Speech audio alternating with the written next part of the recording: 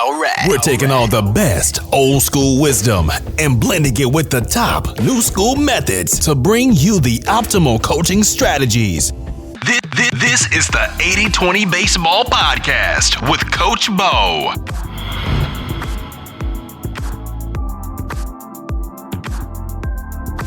Welcome to the 80-20 Baseball Podcast, the 80-20 Baseball Masterclass. This is Coach Bo. I'm fired up to be here with you guys, coaches, players, parents. Welcome. Episode 52. Fired up here. Episode 52. We have a lot to cover here. This weekly podcast here, the 80-20 Baseball Podcast, is designed to be a fast-paced coaching resource. Trying to get this in 30 minutes each week to give you guys a big competitive advantage and, more importantly, give you a guide to be a coach that makes an awesome impact on the players that you lead or the kids that you lead, along with being efficient and trying to get you an efficient episode each week because time is precious. We also try to make things more efficient, the learning curve. We try to speed up that learning curve by taking the best of the new school, the best of the old school, not clinging to either one or whatnot, not clinging to a specific way, but only looking and trying to build up the optimal way, the best ways to play the game of baseball, the best ways to coach the game of baseball, and the best ways to parent when it comes to the game of baseball. With that said, this is episode 52, and I've put out 52 episodes now, and not one of them has had a commercial. Not one of them has been selling anything other than putting a plug in here and there for something that I have, a program that I have, but even that's very brief. But I do have a phenomenal editor who polishes up these episodes to get them out, and I do spend quite a bit of time scripting out, bulleting out, developing these episodes so that they can give you the most for your time. With that said, if you'd like to support the podcast, it couldn't be any easier for you to do that now. I've added a link into the description here. If you're listening to this on Anchor FM, there's already going to be a button there you can click that says support the podcast. If you're listening on Apple or any other platform, there's going to be a link. It would be awesome if you guys could just take a second and support the podcast by clicking on that link. They got Apple Pay. It's super easy to pay however you want to do it. Super easy to donate. So that's been available a long time. I haven't brought it up yet until now. So it's not something I just jumped on immediately. I've had that option on there, or the option was available to tell the listeners about for a long time now. But I didn't really feel like I'm not a salesy person. What I'm trying to do is sell a better way of coaching baseball, but I'm not like a salesy person. I don't think I would do great in sales unless I really truly believed in the product. And I truly believe in the podcast and what this is getting. And I get feedback. I get emails from coaches. I get responses from coaches on Twitter. I do conference calls with coaches that listen to this podcast. And I know, and I look at the statistics, I see the number of listeners going up each and every week, and that fires me up. So your support would be awesome. I think of it kind of like a cheap subscription. I actually do this for a podcast that I listen to frequently. I pay a monthly subscription to listen to the podcast. And in return, the podcast doesn't have any commercials and it doesn't have a lot of dead space. It's very efficient in terms of learning and whatnot. So I'm hoping to get some support from you awesome listeners as we move forward. All right, episode 52. Let's get into it here. I got a coaching book recommendation for you. This is not a book that I see discussed a lot or promoted a lot, but man, oh man, this is a book that's worth your time. Get the audio version of it if you'd like. The name of the book, Miracle at St. Anthony. Miracle at St. Anthony. The Miracle of St. Anthony, a season with Coach Bob Hurley and basketball's most improbable dynasty. The book was written in 2006 by Adrian W. I'm just going to go with his last initial because that's a tough one. I've tried to practice this name. It's like Wojnarowski. Go check it out. When you go look up the book, you can see the last name, but that's neither really here nor there in terms of what you can get out of the book. And what you can get out of the book is an understanding of being a coach for people, for building better people, and not sacrificing, not collapsing and letting down your expectations for the kind of people you want your players to be. And it also ties in, the book also shows that you don't need to be a player's coach. You don't need to be friends with the players. You can care for them, you can be a leader for them, and you can win together. But you don't need to be their friend. You don't need to be super friendly to them. You can be polite, you can be respectful, but you're a leader. If you're a coach and you're listening to this, which most of you are a leader. You're not their friend. You're not trying to be uber friendly with your players. You are kind, you are respectful, you're sympathetic, empathetic, but at the end of the day, you're a leader. They don't want to be your friend. The players don't want to be your friend. That may be news to some of you. Hopefully not. Players don't want to be your friends. They don't want to be your friends. Parents, your kids don't want to be your friend. They want somebody to lead them. They want a leader. They want a role model. They want to respect you, and they will respect you. But if you're going to try to be their friend, they may act like they're cool with you, but they're not. They're not. They're not digging that. They don't want that. Now, sometimes that creates the path of least resistance for them. You trying to be their friend and being real friendly with them will create inherently a path of least resistance for the player, so they may not fight it. They may not say something that leads you to believe they don't like you doing that or trying to be their friend or be friendly. They're going to actually play into it a little bit because it is the path of least resistance for them, but they don't want it. Deep down, they don't want to be friends with you. And Coach Bob Hurley does a phenomenal job where all of his players know he cares about them, and he cares about all of his players as people, as human beings, as being better people. And not only that, he won 4 national titles. Now, I know you're going to say, well, this is basketball. Some of you might say, well, this is basketball. Doesn't matter. Coaching is coaching. All right. I'm not going to get into his offensive, defensive strategies here, but I'm talking about how he coaches, because how you handle your team, the environment you set up is just as important as the skill and technique you're teaching them in those drills and the batting practice and whatnot. Bob Hurley won 4 national titles. I saw somewhere he won 26 New Jersey State titles. I saw somewhere he won like 30 New Jersey State titles, 28 as a head coach, 2 as an assistant coach. Either way, that's an incredible amount of state titles in a basketball state. New Jersey is a state that's known for basketball, quality basketball. It's not a massive state in terms of population, but it's definitely a quality basketball state. And he won 4 national titles, a large amount of state titles. He was a 3-time USA Today National Coach of the Year. He had 150 Division I full scholarship players, 6 first-round NBA draft picks, and his 2008 national title team. To give you an idea what he was working with, his 2008 national title team, it didn't even have a player taller than 6'6". And in high school basketball, 6'6", usually teams that are national championship teams have players taller than 6'6". They might not have all of them taller than 6'6". They're not an NBA team, but they're definitely going to have, or almost always will have, a player that's taller than 6'6". Maybe not a 7-footer, but a 6'8", a 6'7", a 6'9" player or 2. They also had no fancy equipment, no fancy gym, and no fundraising for the most part. Not a lot of money to support a poverty level athlete for the most part. Their student body was a lot of the athletes came from very low income. So it wasn't as though they were rolling in with 6 pairs of Jordans and all the new gear and all these great private coaches. No, he won. He developed great young men despite not having the resources, despite being very low on the resource totem pole. All right, so you can't say, well, he had this, that, and the other, but he got it done. And what he did, and when you read the book, you're going to understand he was out there to be a leader, not a friend. I do think he yelled a little bit more. He's a little, reminds me of the old Bobby Knight coach, Indiana basketball coach. Some of you guys that are a little older will know Bobby Knight. He wasn't throwing chairs out on the court like Bobby Knight did, and he wasn't like necessarily grabbing players and doing some of that stuff and grabbing their jersey and yelling right in their face, but he was very demanding and he did raise his voice. Now, I don't believe in the whole yelling that much. I think that if you're going to do it, it better be very strategically placed. It needs to be very few and far between when it comes up. Yelling, in my opinion, is not disciplining, and if you can't get your players to do what you want or to lead them without yelling, then you're dropping the ball in a lot of other areas. But he did it, I think, partly because of the kids, that he had some tough kids that could handle it. He had some kids that were tough, had some thick skin, had gone through some real tough things in life, so they can handle it. With that said, intermittently, I think raising your voice and your tone, the seriousness, can be very effective. I think if you're doing it every practice or multiple times at a practice or even every practice, I think you're doing it too much. You're not being effective in other areas. So the book, The Miracle at St. Anthony, phenomenal book. It's just a really, really, really solid read. And what it will do, what you're going to get out of it, is it's going to help give you a blueprint, a guide. It'll help shape the paradigm that great coaches need to have to be consistently successful. And when you read the book, you're also going to notice something that stands out. This podcast is the 80-20 Baseball Podcast. 80-20 Baseball is a very specific name that I chose in that the 80-20 rule, Pareto's principle, the 80-20 principle. Not all things that you train or coach or practice are going to have the same impact on the final score or on the environment, the team culture. There are certain things that are going to give you way more bang for your buck. We've talked about that at length on this podcast, and we will continue to talk about the 80-20 rule because it's so important, not just in baseball, but in life. You got to start living your life by the 80-20 rule. Remember, 80-20 is a ratio basically saying 20% of the things you do, 20% of the things you can coach in baseball, 20% of the things that we would, if you listed out all the things you need to train and all the things that you need to coach before the season starts or as the season starts, all the things that you need to cover with your team, 20% of those things things are going to bring you 80% of your success. So not every input has the same output. And this goes for life too. When you go for, say, a job interview, and you go in for a job interview, there's like 10 things you can say about yourself that the person on the other side of the desk or the people that are interviewing you are going to be like, hey, that sounds good. That sounds cool. That sounds great. You could say probably 10 different things about yourself, 10 things about the kind of person you are, the employee you're going to be. You could say about 10, or you could say, an unlimited amount of things probably, but there's about 10 things that are common that people say about themselves and why they should get the job. But I'll tell you what, there's 2 or 3 that are going to be the big difference makers. And so in my opinion, you just spend time on those. One of the things I always recommend when you're going into a job interview is you make sure that boss that's hiring you, or the person across the table, the group across the table, understands that you're willing to listen, you're willing to work, you're a team player. And the other thing is you're going to make their job easier. Just those 2 things alone will give you, that's like 2 things that'll give you 90% chance at getting that job. Doesn't guarantee you a job. They might already have somebody in mind, this, that, and the other. There's things that we can't control, but that's a small example of the million examples in life, right? Where you go into a job interview, and I work with students. I worked with young adults going into job interviews. They were 18-year-olds and 17-year-olds. They were going to get the first job, and they would tell them, they would have a list of things that made them a good candidate or a possible hire. And I said, hey, don't even talk about these 6 things here. Just talk about these 2 things right here, or these 3 things. Just hammer down on that you're a team player, you're a quick learner, you take your job serious, you're going to be on time, and you're going to make their job easier. So punctuality, you're a team player, and you're going to make the boss's job easier, or at least not add to their plate. You're going to take work off their plate. You're going to make their job easier. You say those 3 things, it's a done deal. It's a done deal for the most part, right? Now you can sit there and talk about how you know everything about the company and how you know all about this, that, and the other, and you've looked at their website and you followed them all this time and you use their product and all this. You can cover a bunch of different things, but those are not going to have the influence on the outcome as much so, or nearly as much so. So in baseball, that's just one small example. So don't get caught up too much in that example. But hey, if you got young kids, all right, or if you're going in for a job interview yourself, use those. You're being upfront, you're being honest, but you're also not cluttering. You're not giving, it's like when you go out to coach, if you train 12 things, then the players aren't going to be really, really good at the 2, 3, 4, 5, 6 things. And in this podcast, if you go back to listen to the other episodes, we've covered the 6 things, the 5 things. It's really 5.5 things that you should practice, each practice, that make the biggest difference come game time. But if you put a list of things together, things you could actually practice and train, there's probably 15 to 20 things you could go out there and practice and train. But those 5 to 6 items at the top of the list are going to give you the most bang for your buck. They're going to give you the best outcome. They are going to have the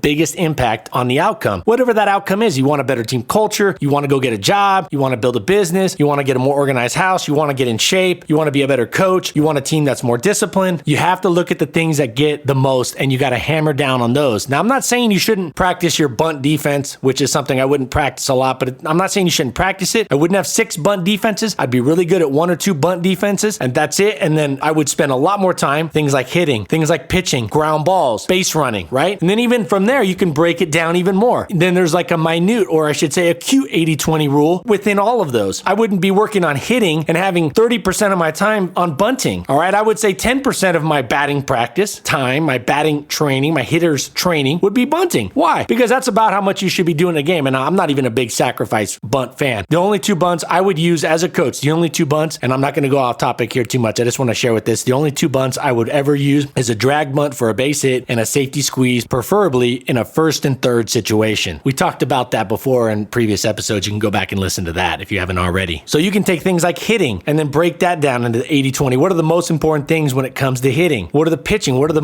the top 20% or the top 10% of things, or the top 40% of things that are going to bring the biggest impact, and then allocate your time accordingly. And what you see with Bob Hurley in the Miracle at St. Anthony is he does this so well. He spends literally like half a practice on one drill, one defensive drill, the full court press. He would do a full court press. He would practice it. He wouldn't have 14 defenses. The guy would full court press all day, every day. And you know what? He dominated. But when it came to practice, they wouldn't practice 3 different defense. They wouldn't do a diamond in 1, a 2-3, a man-to-man, a full court, a half court. He went full court press and they were dominant at it. Dominant. And that's all they practiced really for the most part when it came to defense. Full court press. Now within that, he had 2 or 3 things that were crucial, 2 or 3 things that made up 80 or 90% of the success of that full court press. And then he hammered down on those things. So the 80-20 rule is not just a broad topic thing. It's also an acute within the topic, subtopic kind of breakdown also. So go check out the Miracle at St. Anthony. Again, if you're a coach that wants to be friendly or thinks you need to be friendly to get your way with the players to do what you want, to get them to buy in, don't make that mistake. I made that mistake 15 years ago when I started full-time teaching, and it didn't work. And you know what? I found out real quick because I worked inner city kids. I worked inner city kids for over 12 years, full-time. Inner city, when I say inner city, I'm talking Watts, Compton, North Long Beach, South Central kids, LA. Tough kids. Loved them. All of them. Had some of the best times. Just amazing. Just a phenomenal experience. In fact, I would have left Southern California. I would have left California probably 2 or 3 years earlier than my family did, if I didn't have a job that I just loved so much and the impact that I was making. But I learned early on, and I think I was blessed, because when you're working with those students that just have no discipline coming in for the most part, they come from such a crazy environment. You know, they've been let down by the adults in their life. A lot of them, they don't have structure. Kids were literally coming from streets. It was like chaos, like war, like it was tough. And so I learned real quick that my margin of error was about infinitesimal. It was tiny,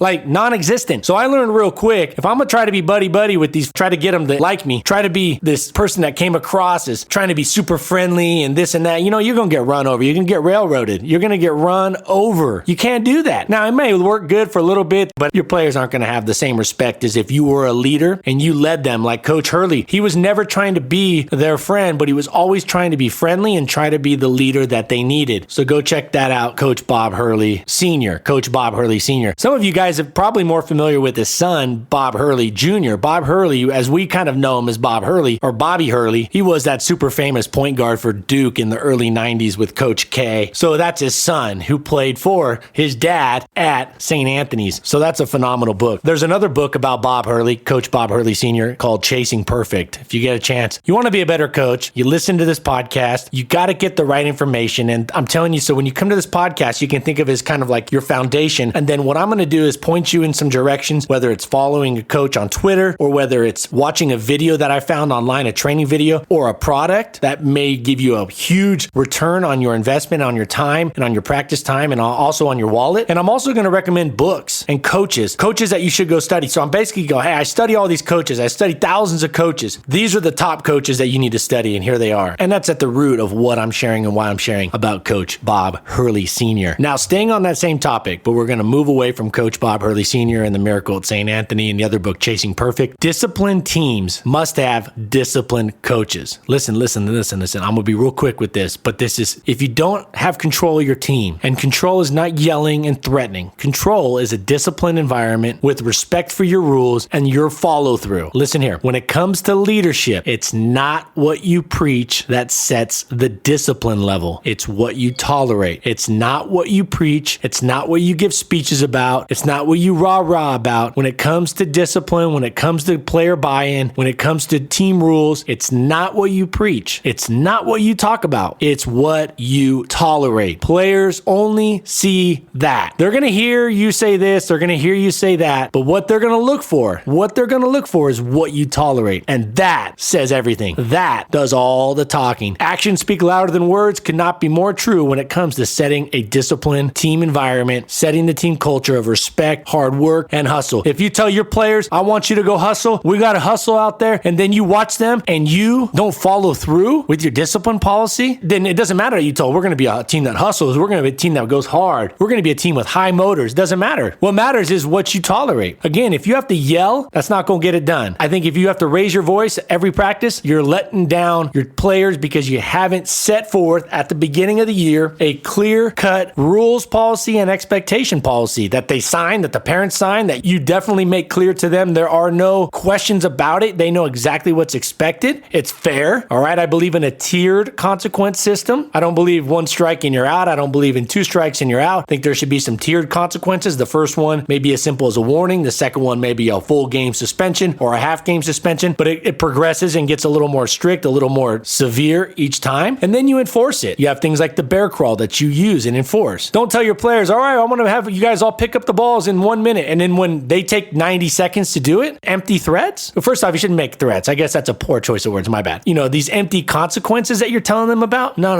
You follow through. I learned about this, like I said, I learned about this the hard way. And I also learned about it in an environment that forced me to do it right and get it right quick, or I was going to get ran over. And coincidentally, what made it easier for me to go back to the drawing board and to start using strategies that I'm sharing with you right now was that I played basketball and football and sports when I was younger. I played for coaches that did just this. They said what they said, and they followed through with what they said. There was no talk is cheap. They followed through. If they said they were going to make you do 50 up downs because you were late to practice and you were 1 minute late to practice, you did 50 up downs. If you showed up late to practice and they said they were going to have you do a 15-minute wall squat, wall sit, you're going to do a 15-minute wall, not a 14-minute, not a 13-minute. And it was they followed through. So you knew what they meant was real. And if you don't have your word as a coach, you got no trust, you got no respect. That's why you shouldn't have a million rules. In my opinion, you have just the rules you need when it comes to hustle, being on time, and respect. Those three things can cover so much. And don't harp so much on errors and them messing up when it comes to like throwing errors. And coaches spend more time yelling at their players and talking to their players about these physical errors. Coach them up. I'm not saying you let them just go out there and act like bad news bears, but what you really should be doing is setting your expectations early on about hustle, about listening, about respect, about being on time, about the team culture, and then you follow through. So when developing a quality team culture in the classroom, on the baseball field, with a business, it's as much about the quality environment that you create, nurture, and uphold as it is about the speeches that you give. Be a coach that improves people, not just a coach that solely seeks to improve athletes. Be a people-first coach, not a player-first coach. Improving the person won't take a big chunk of your training time, but it should be the foundation. I'm not saying to coddle your players. Again, we've talked about this. I'm not saying coddle your players. When I say be a people person or a coach that improves people first, I'm not saying you need to coddle them. Never coddle your players. Show sympathy and empathy, but don't coddle. There's a line between the two. With all this talk about building relationships, I hear a lot of talk in the coaching on Twitter. I hear a lot of talk in conferences I listen to, and video conferences and things like that I listen to about building relationships with players. I read it in articles all the time, baseball coaching articles, and even just in general coaching articles, building relationships with players. With all the talk about building relationships with players, many coaches might go, and this is what I see sometimes, coaches go to the other extreme by trying to be the player's friend. Players don't need or want to be friends with their coaches. They don't. Sorry to break it to you. They don't. None of them do. They don't want to be your friend. They don't. You're an adult. You're their leader. You're a leader. Be a role model. They don't want to be your friend. They really don't. Even the kids that don't have any friends, they don't want to be friends with you. They want a leader. They need a leader, and they need somebody who's going to be friendly, but firm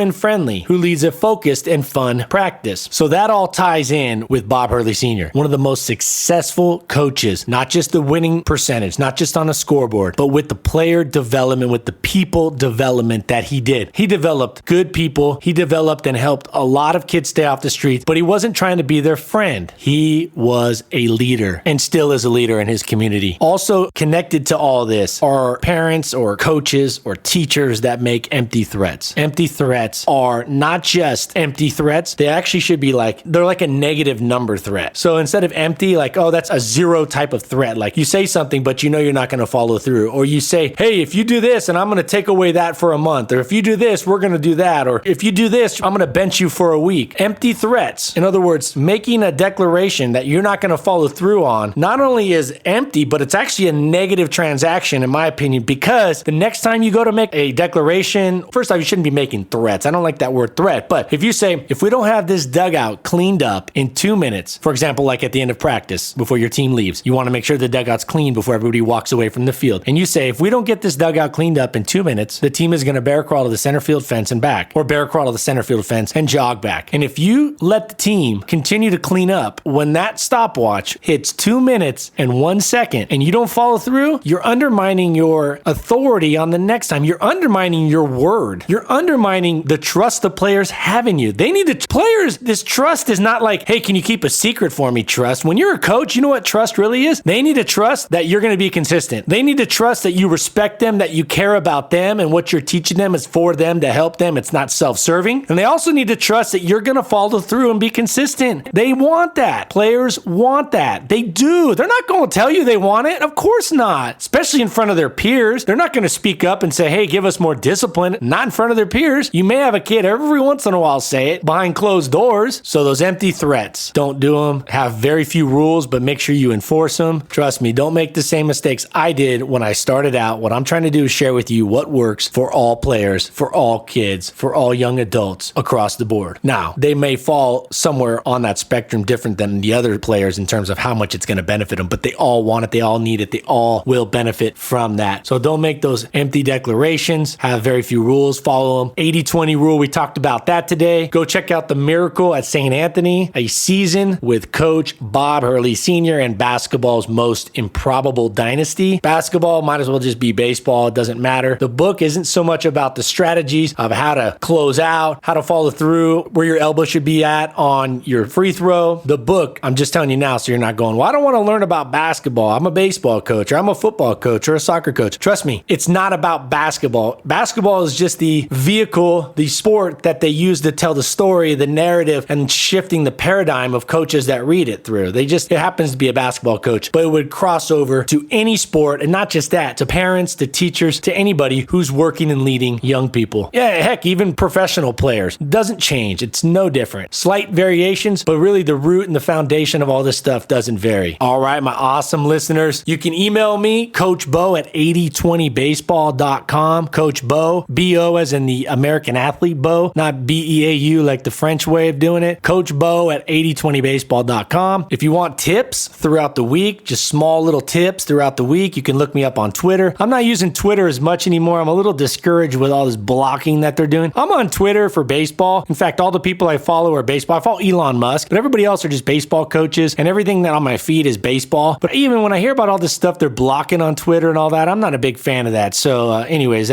so I'm not on there as much just because I'm trying to look for other avenues and things to maybe get this information out. But I do put out 3 to 5 tweets per week that I think can help mold a better coaching mindset. It can help, I believe, to cultivate like a winning mindset, kind of little nuggets throughout the week that can kind of help cultivate that paradigm. And that's 8020_baseball. So 8020_baseball. And lastly, if you could go support the podcast, if you could support this podcast, it'll be phenomenal. Keep it moving along with no commercials, commercial free, and coaches that do support. When I see coaches that are supporting, you're going to get first priority when it comes to support, when it comes to coaching calls, when it comes to the programs that I have. You're going to get first dibs at those. You're going to be the first priority because you are really giving back. You're supporting this podcast so we can move forward and continue to get this out there. Love having you guys on here. Love to see the numbers going up each week. You guys are awesome. Go out there, make the baseball community a better place. Go make it a better place. It starts by the things we talked about today and the things we've talked about in the previous 51 episodes. Go out there, be a coach, be a leader, be a role model. Take care of yourself and your health. Take care of your families. And we'll see you in episode 53 next week.